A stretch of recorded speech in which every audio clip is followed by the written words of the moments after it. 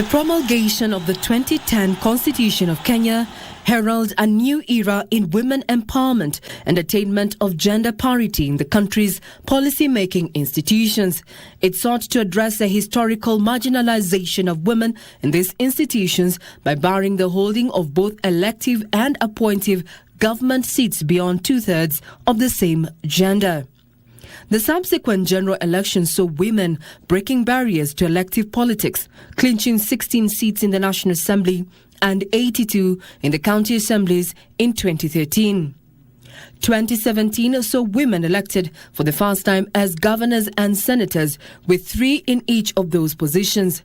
They also increased their number at the National Assembly and county assemblies to 47 and 96 respectively. This success raised the number of gazetted women candidates from 1,016 in 2017 to 1,768 in 2022. Of these women, a record 7 were elected governors, 3 in the Senate, 29 members of parliament, and 115 in the county assemblies. The hallmark of this feat was Nakuru County, where they elected women as governor, senator, and member of National Assembly in 4 of the county's 11 constituencies.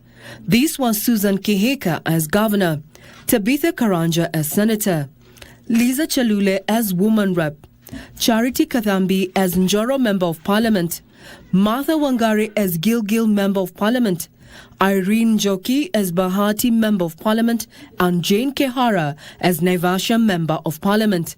Of the 62 elected MCAs, 14 are women. However, they too had to grapple with challenges such as societal norms, gendered violence, and lack of funds that had for a long time impeded women's entry into political leadership.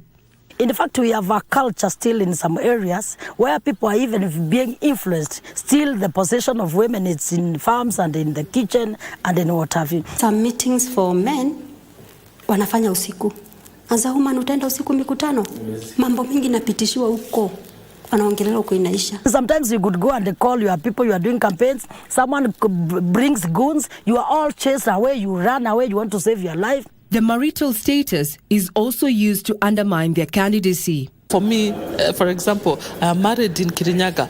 They bring marriage issues that you are supposed to be to go to Kirinyaga. That is where you are supposed to go and seek for an elective position. And I was like, hello, I'm born here.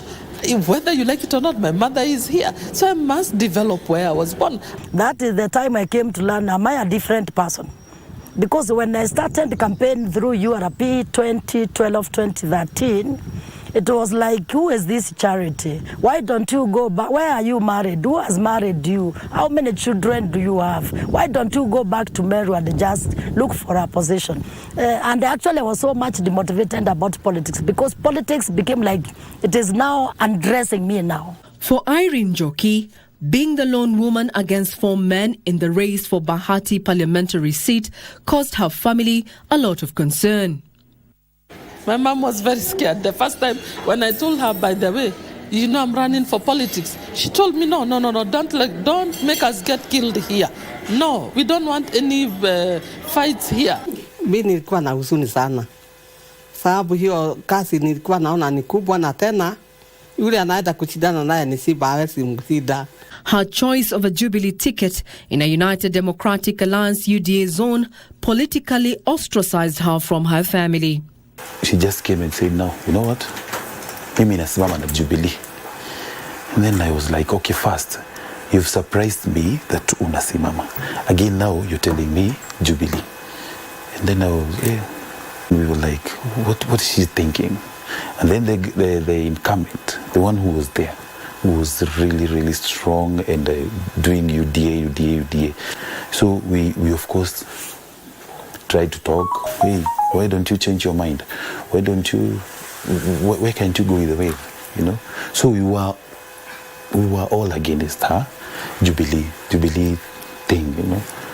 My brothers, my sisters, you could tell when we are trying to plan meetings, yeah, you finish kidogo, then they go, hapo nyuma ya tent, they start saying, will she make it? And UDA was just Ruto in Bahati, nobody else. Yeah, it was just Ruto. So my mom told me, if you're not voting for Ruto, even me, I will not vote for you. But Irene's resilience and pragmatism eventually secured their support for her bid. Every time we came up with utafanya nini hapa, I have a solution for that. Look, if you do this and this and this, si tutaweza. Actually, no, we started even supporting her kabisa. Mimi nimpigia guy, ni mimi. Ni wachwe. Charity too turned the odds in her intermarriage to her advantage, diffusing the hostility between different communities living in Rift Valley through tree planting. If today we raise 3 seedlings in the Kalenjin community, we shall pick them and go and plant in some schools in Kikuyus. And the picking Kikuyus, we go to colleges and some Kisis. Therefore, this was just my passion to unite people.